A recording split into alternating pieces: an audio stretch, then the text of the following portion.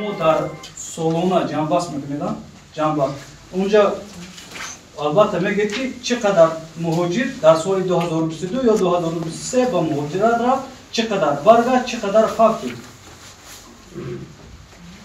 همین اما چخیلش مرا فهمونم نامش مهاجرت های نه که وای اما کاربری و چیشه همشه مقامات حفظ حقوق ایرا کاربری میکنه همه نقشه و چیزاش بگیم که چیزاش در دستی اما روز دویستی وقتی که میاد ما در داخل نداره ما یگام چیز نمیتونیم وای گرفته معین کرده. جواب سعید کمالزاده سردار ریاست خدمات مهاجرت سوخت در نشست خبری روزنامه‌نگاران را آرام نگذاشت.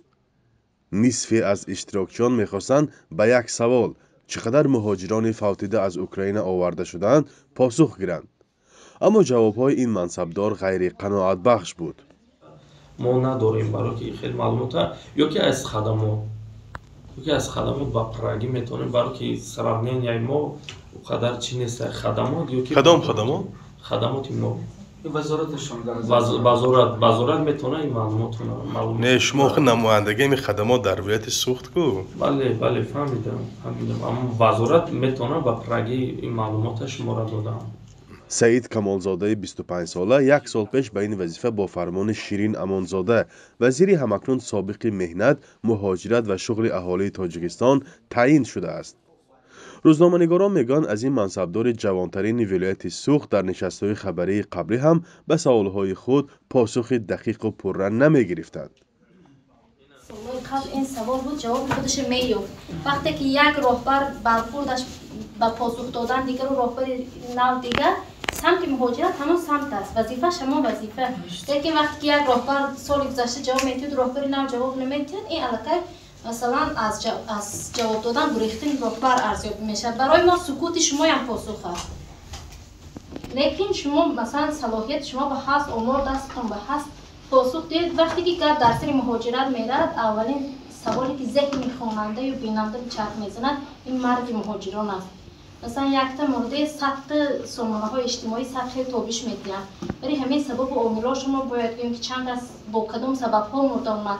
این برعکس به فایده کار است. وقتی که ما سبب و عاملش میگوییم آوازه‌های بی اساس برطرف میکنیم. برای همین خواهش میکنم این بعد همین سوال شما آماده شد بیایید. یک روز دیگه دو روز دیگه صبر کنیم همش میبره بیام با مقامات حفظ حقوق میتونه شما را همه معلومات پاف کاری ما نمایندگی ما در مثال فدراسیون روسیه اساس چیه؟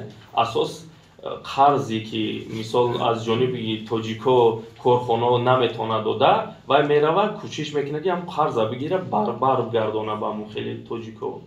مقصد مسئله فقده مردم جمع میشوه مردم باز من بگم چه خیلی میشه مردم جمع میشه و پول نیست و در اونجا که چه خیلی مردم میاد مثلا روز 200 چه خیلی میاد در تاجیکستان مردم جمع میکنن مثال دیاسپورا حساب دیاسپورا مردم جمع میشه چند کسی چند پولی که دست یاردم کرده میتونه امو را جمع میکنن و بعد روی میکنن بعد مقامات حفظ حقوق امیره به قید میگیرن.